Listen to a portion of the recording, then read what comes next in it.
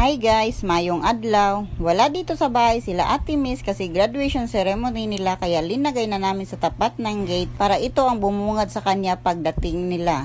Hindi talaga niya akalain na meron siyang Latin honor kasi transferi siya. Pero natupad pa rin niya ang kanyang pinapangarap dahil dinadasal niya ito palagi kaya wala talagang imposible. Ika nga, God works in mysterious ways. Ayan, gabi na sila natapos at kararating lang nila sa mga oras na yan. Sobrang happy niya dahil dalawa ang kanyang natanggap na bouquet. Tinaas pa niya ang kanyang dalawang bouquet na natanggap at dumiretso sa bahay nila lola at lolo dahil hindi sila naka-attend sa graduation niya dahil sa sobrang init at mga senior na sila. At nagpicture muna siya sa terrace nila lola with her two bouquet na napaka-colorful at sinuot rin niya ang kanyang toga. At ayan, gusto niya na magpicture together with lola and lolo na nakatoga kahit sa bahay lang kasi bukas babalik na sa paralan nila ang mismong toga. Hindi pwede na hiramin mo muna ng ilang araw. At kinabukasan may pa-Thanksgiving party kaya naglagay ng decoration ang sisi kong tunay dahil siya palagi ang naka-assign sa mga pa-decorate. At yung iba naman ay nagtutulungan sa pagluluto.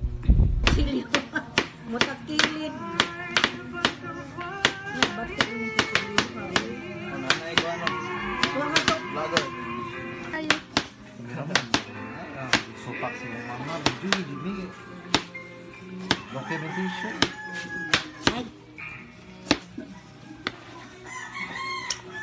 Batian ko silyo hamak ko eh.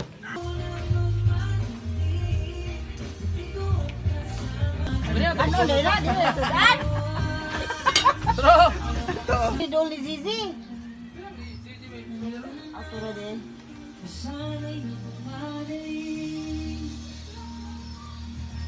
Lagi ata eh. Dire, pakitang master. Pakitang master, jarang master. Jarang master, tinae. Ay mo di ay. Oh, okay, kuan mo din na no. Laman loob. Nga rito silang tiya yo. Okay, ano mo, mara mo, tapos na si Anisi, mara mo si Ineng. Akadumdum sila no. Oo. Ako na sila dyan.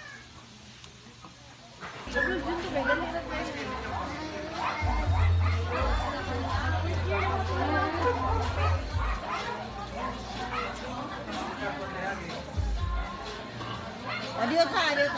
Ang video ka ako kanina.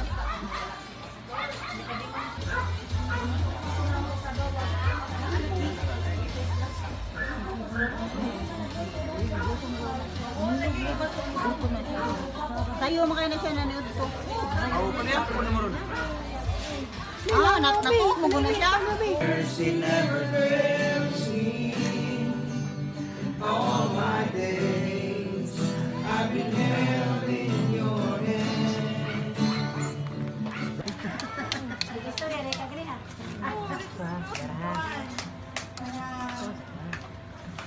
Maayo kayong Ginoo sa ang ginagawa because